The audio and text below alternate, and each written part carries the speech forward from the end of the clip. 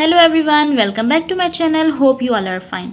आज की वीडियो बहुत ही ज़्यादा इंटरेस्टिंग होने वाली है। आज की वीडियो में मैं आपको 5 कॉमन मिस्टेक्स बताऊंगी जो पेरेंट्स ओनर करते हैं जिन्होंने पेरेंट्स रखे हुए हैं। सो व्यूवर्स, अगर आपने अभी तक मेरे चैनल को सब्सक्राइब नहीं किया हुआ तो मेरे चैनल को सब्सक्राइब कर दें और बेल आइकन को भी प्रेस कर दें ताकि आपको न्यू नोटिफिकेशन टाइमली मिलती रहें। बहुत सारे लोग परेशान होते हैं कि वो न्यू पेरेंट लेके आते हैं और वो बहुत ही जल्दी बीमार हो जाता है। तो इसकी यही वजह है क्योंकि उसकी सही तरीके से केयर नहीं की जाती। इसीलिए ये वीडियो इन्फॉर्मेशन पर्पज़ के लिए बनाई गई है ताकि जो न्यू पेरेंट ओनर्स हैं उन्हें पता चल सके कि क्या मिस्टेक्स उन्होंने नहीं करनी।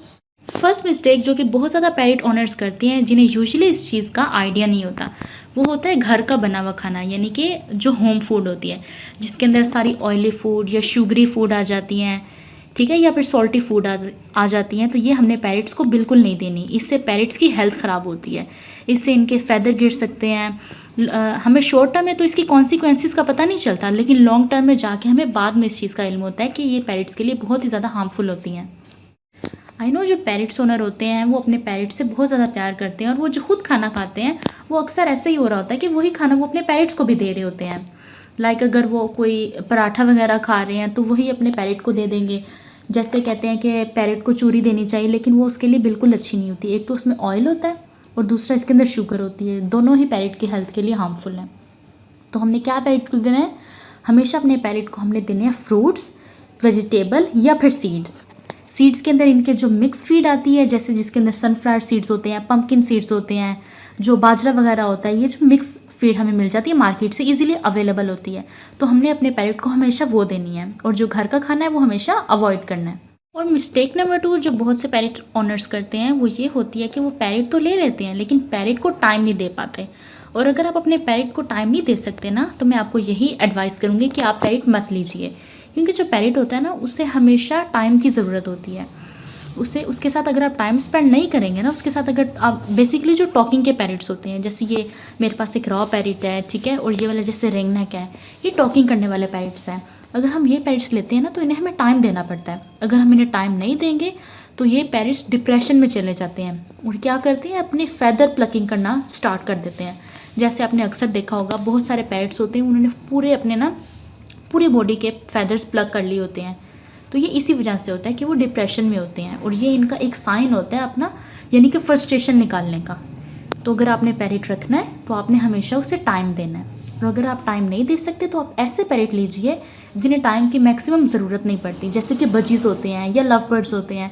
आप इस तरीके के स्मॉल बर्ड्स रख सकते हैं। लेकिन अगर आपने लार्ज बर्ड्स रखने हैं, जैसे रिंग नेक है या रॉ पैरेट है, या फिर आ जाता है जो काकाटू आ जाता है, या फिर जो अफ्रीकन ग्रे पैरेट्स होते हैं, ये पैरेट्स ना टाइम मांगते हैं।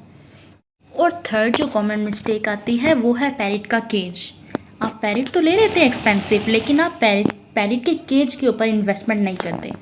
आपने हमेशा पैरेट के लिए ऐसा केज लेना है जिसके अंदर वो आराम से रह सके, यानी कि थोड़ा सा उसके अंदर जगह हो ताकि वो थोड़ा घूम फिर भी सके और थोड़ा सा अपने आप को ना रिलैक्स कर सके। आप बहुत छोटे छोटे से केज ले लेते हैं तो उसके अंदर पैरेट जो है वो आराम से रह ही नहीं पाता। इस वजह से ना वो अपनी सही से मूवमेंट कर पाता है और उसके जो मसल्स हैं वो स्टिफ हो जाते हैं। तो आपने अगर पैरेट लेना है तो उसके लिए एक अच्छा सा केज लेना है। अगर बड़ा पैरेट है तो उसके लिए आपने थोड़ा बड़ा सा केज लेना है। जैसे ये देखिए, मैं आपको वीडियो में दिखा रही हूँ। जैसे मैंने इस पैरेट के लिए ना, ये जो बेसिकली केज है ना, ये इसका है, ये रॉ पैरेट का है। अभी तो जस्ट वैसे ऊपर निकी जस्ट खेलने के लिए आई हुई है, लेकिन ये जो केज है ना ये असल है रॉ पैरेट का, और ये अकेला एक मैंने पैरेट का केज लिया हुआ है। तो आपने इसी तरह का अगर आपने लेना है पैरेट तो इसके लिए बड़ा सा केज आपने अरेंज करना है ताकि वो इजीली रह सके उसके अंदर और खा सके। यानी कि जैसे उसके खाने के लिए जो है, उसकी सीड्स के लिए सेपरेट से मैंने बर्तन लगाया हुआ है, और अगर उसका पानी है तो उसके लिए सेपरेट से लगाया हुआ है। और अगर कोई फ्रूट वगैरह देना है तो वो आप डिफरेंट यानी कि और किसी सेपरेट जगह पे दे सकते हैं, वो आपने यानी कि सीड्स के अंदर नहीं देना, ठीक है। और फोर्थ मिस्टेक जो बहुत ज़्यादा पैरेट ओनर्स करते हैं वो होती है क्लीनिनेस। आप पैरेट की सफाई का ख्याल नहीं रखते, यानी कि आप उसकी केज की सफाई का ख्याल नहीं रखते, और दूसरा आप उसकी फूड की सफाई का ख्याल नहीं रखते। यानी कि अगर आप उसे कोई फ्रूट और वेजिटेबल दे रहे हैं तो आप हमेशा उसे साफ़ करके दें, यानी कि प्रॉपरली वॉश करके दें।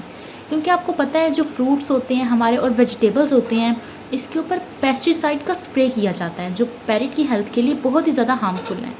आपने अगर पैरेट को कोई भी चीज़ देनी है तो आप उसे हमेशा अच्छे तरीके से साफ़ करके दीजिए। और अगर आप पैरेट को जब खाना दे रहे हैं तो उसके बाद हमेशा पैरेट को जो फूड है आपने फ्रेश सर्व करना है। आपने जो डिस्कार्डेड फूड है उसे आपने ऑलमोस्ट 2 आवर्स के बाद फेंक देना है, क्योंकि अगर वो फूड उसी पैरेट के यानी कि बर्तन में पड़ी रहेगी तो उसकी वजह से ना बैक्टीरियल ग्रोथ हो सकती है। क्योंकि जैसे मैं अभी पैरेट्स को कुकम्बर दे रही हूँ, इस तरह जो फूड होते हैं जिसके अंदर वाटर बहुत ज़्यादा होता है तो इसके अंदर ज़्यादा चांसेस होते हैं कि बैक्टीरियल ग्रोथ जल्दी हो जाए बनिस्बत जो ड्राई प्रोडक्ट्स हैं उसके। तो अपने पैरेट का जो खाना है जब पैरेट खा लें तो उसके बाद आपने उसे डिस्कार्ड करना है, ओवरनाइट आपने स्टे नहीं करना। और सेकेंडली पैरेट का जो केज है यानी कि वो पैरेट का केज जिसके अंदर पैरेट ने 24 आवर्स रहना होता है, तो आपने हमेशा इस केज को क्लीन करना है। अगर आप डेली क्लीन नहीं कर सकते, अगर आप बिज़ी हैं तो ऑलमोस्ट आप एवरी सेकेंड डे उसे क्लीन कर लें केज को प्रॉपर तरीके से, ताकि इसके अंदर कोई भी बैक्टीरियल इन्फेक्शन ना हो जिसकी वजह से पैरेट को कोई हार्म हो सकता है। और मैंने आपको पैरेट के केज की और पैरेट की फूड की तो आपको बता दिया उसे किस तरीके से आपने उसकी सफाई का ख्याल रखना है, लेकिन पैरेट की खुद की भी आपने सफाई का ख्याल रखना है। यानी कि आपने आफ्टर एवरी 2 डेज़ पैरेट को हमेशा नहलाना है, यानी कि उसे बाथ देना है। ये बहुत ही ज़्यादा ज़रूरी होता है। और जैसे अगर गर्मी है तो आप इन्हें दिन में 1 बार नहला सकते हैं, और अगर सर्दी है यानी कि कोल्ड वेदर है तो आप इसे वीक में 1 बार नहला सकते हैं। तो इससे जो पैरेट्स हैं, ये हमारे जो पैरेट है वो मुख्तलिफ़ किस्म की बीमारियों से सेफ़ रह सकते हैं। और हो सके तो आप जो पैरेट का पानी है उसके अंदर आप टर्मेरिक जो पाउडर होता है, हल्दी का पाउडर, वो आप मिला सकते हैं। तो अगर पैरेट उससे नहाएंगे तो पैरेट के जो फेदर्स हैं वो भी शाइन करेंगे और ओवरऑल इसका जो कलर है वो भी बेहतर हो जाएगा। Last but not the least, information. आपने जो भी टाइप का पैरेट रखा हुआ है आपने उसके बारे में प्रॉपरली इंफॉर्मेशन गैदर करनी है कि उस पैरेट को आपने डाइट में क्या देना है, उस पैरेट के लिए क्या अच्छा है क्या नहीं अच्छा। तो आप उसके बाद ही पैरेट परचेज़ करें, क्योंकि अगर आपको सही से इन्फॉर्मेशन होगी तो आप फिर ही उस पैरेट की अच्छे तरीके से केयर कर सकते हैं। जैसे जो छोटे पैरेट्स होते हैं, बजीज़ वगैरह, इन्हें खेलना बहुत ज़्यादा पसंद होता है, तो इनके लिए आप डिफरेंट टॉयज़ लगा सकते हैं उनके केज के अंदर, जिससे उनकी एक्टिविटी भी होगी और वो हेल्दी भी रहेंगे।